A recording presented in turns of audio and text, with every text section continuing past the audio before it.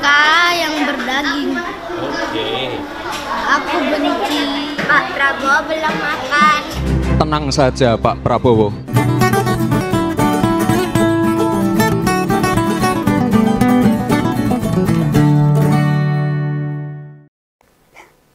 Sekali lagi tentang MBG, makan bergizi gratis. Dan sebenarnya agak aneh kok.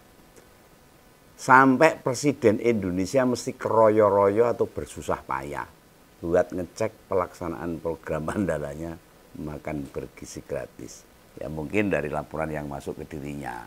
Itu ada hal-hal yang butuh dilihat sendiri, dicek sendiri, disaksikan sendiri. Dan bila tak maknai ini, nginguknya atau presiden mesti ngelihat pelaksanaan makan bergizi langsung ke lapangan. Ini jadi tanda-tanda.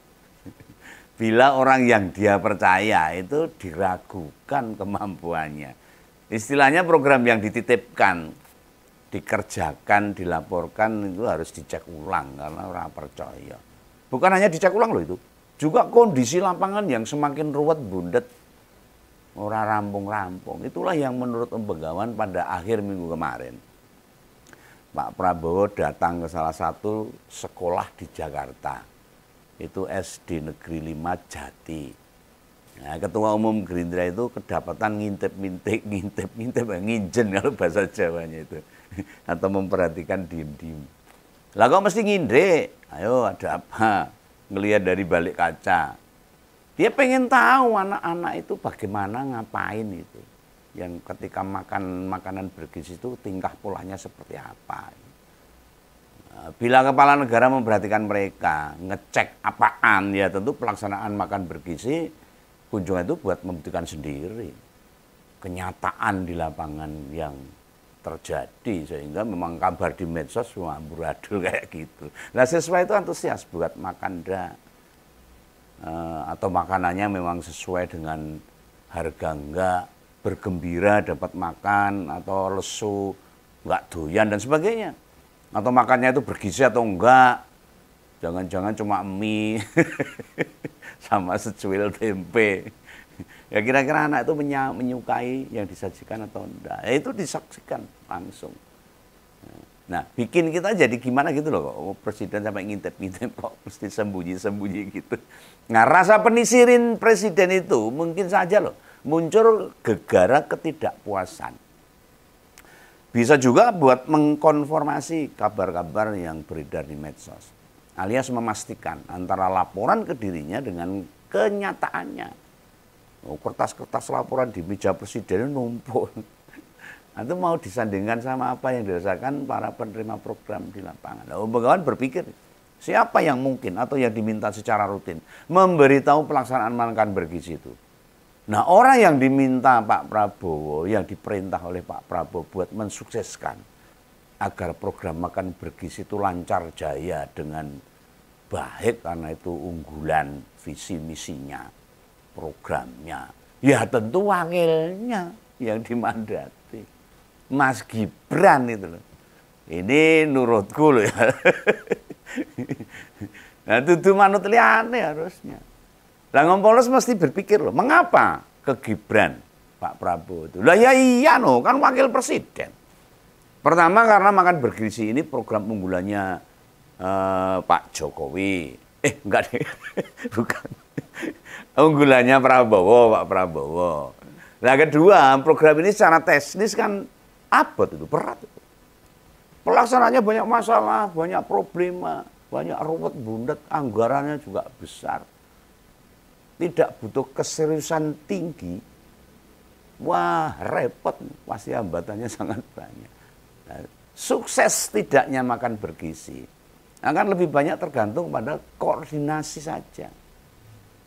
Tapi masalahnya kertas laporan yang masuk itu banyak yang positif kok.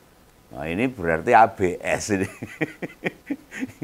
Ini biasa ini dalam pemerintahan ini biasa ABS ini dari dulu gitu.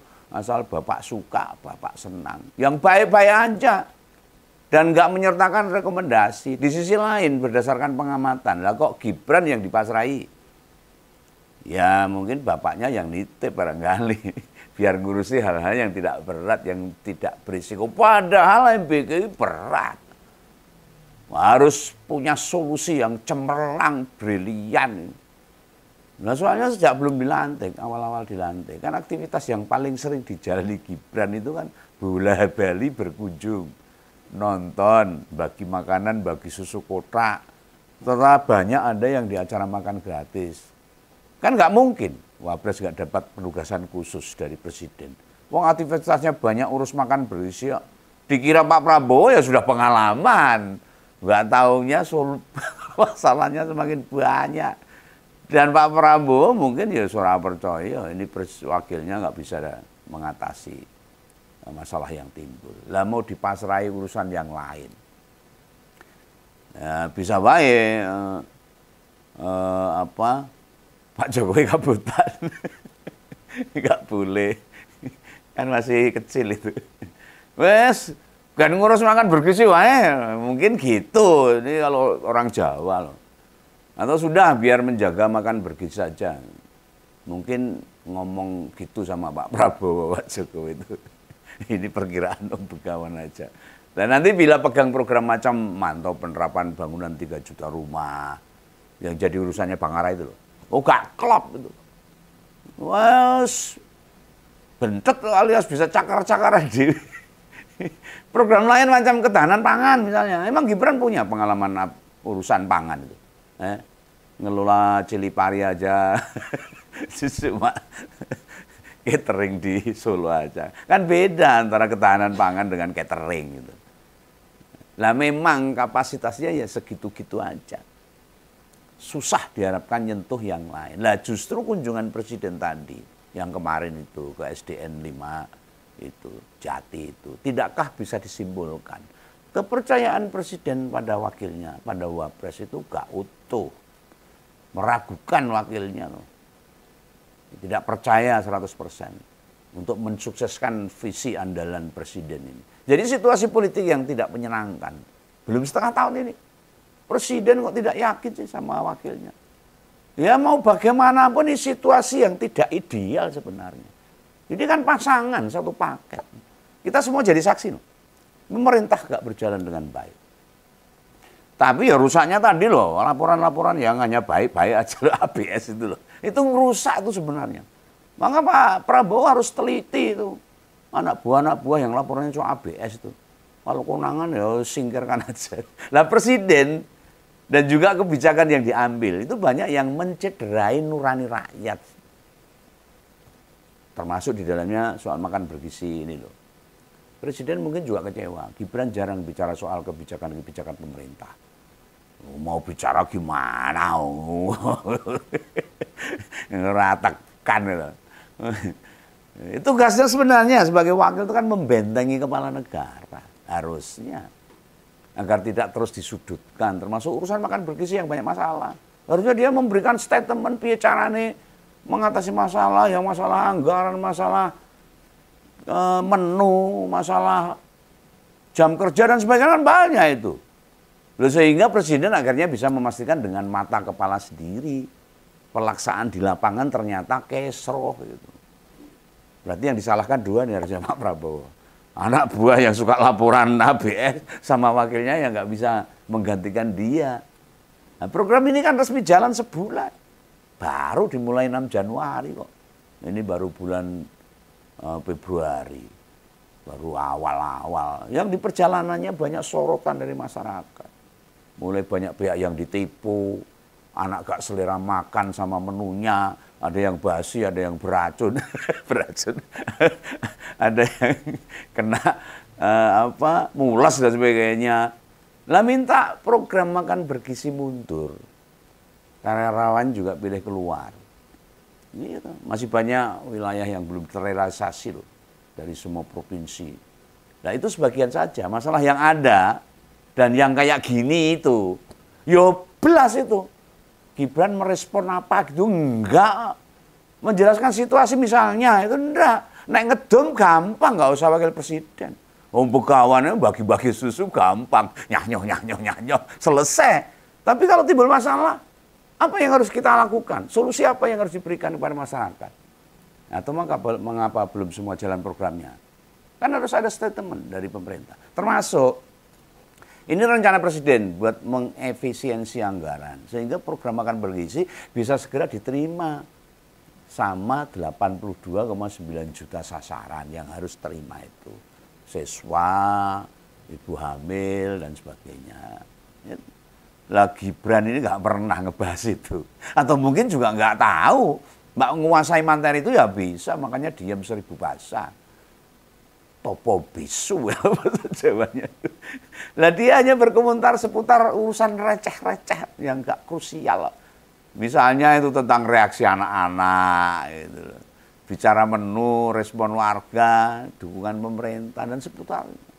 Tapi yang sangat krusial misalnya masalah anggaran, masalah tidak konsistennya menu. Mungkin kemarin ulat sagu itu piye larah-larahe, tahu larah-larahe. Kok bisa muncul ulat sagu itu dari mana, itu kan harusnya diberikan penjelasan dari pemerintah yang harusnya diwakili oleh Gibran sebagai yang diberi tugas oleh Pak Prabowo. Lah penugasan oleh kepala negara itu butuh ada masukan, hal-hal yang harus dibenahi. Nah catatan ini duka nu megawan loh, belum ada di meja presiden. Tidak ada apa yang disarankan dari wakilnya, belum ada. Agar kendala yang masih ada di Lamongan itu segera diatasi, belum ada. Karena apa? Laporannya ABS semua. Baik semua, yang diatasi apa? Ternyata kenyataannya jelek, kenyataannya amburadul loh. Lah nek laporannya ABS ya ora nek sing dibenahi. Lah di banyak kunjungan Wapres waktu ngebagi makan bergizi, termasuk berkomunikasi dengan siswa. Wapres jarang bicara apa yang mesti diubah atau dibenahi. Ya cuma datang nyuk pulang, wes gitu aja. Lu apa Gibran takut, khawatir menemukan sesuatu masalah dalam pelaksanaan makan bergizi gratis, lalu disampaikan ke wartawan. Ini malah jadi bumerang bagi dirinya. Kalau ada masalah kan dia harus memberikan solusi dengan pemerintah itu. Nah susah sih presiden ngandalin wapresnya.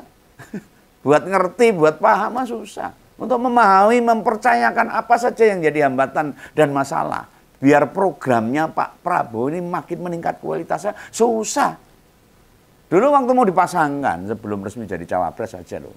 Sok-sok bilang, oh tenang saja Pak Prabowo, tenang saja, saya sudah di sini. Nah, sekarang sudah di sini malah ngilang. Lagaknya kayak orang paling menentukan saja, paling pintar seluruh Indonesia. Sekarang mana sesungguhnya? Soal tentang tenang itu. Dia seolah-olah akan membentengi Pak Prabowo. Ingin menyelesaikan semua masalah-masalah yang timbul. Yang akan menjadi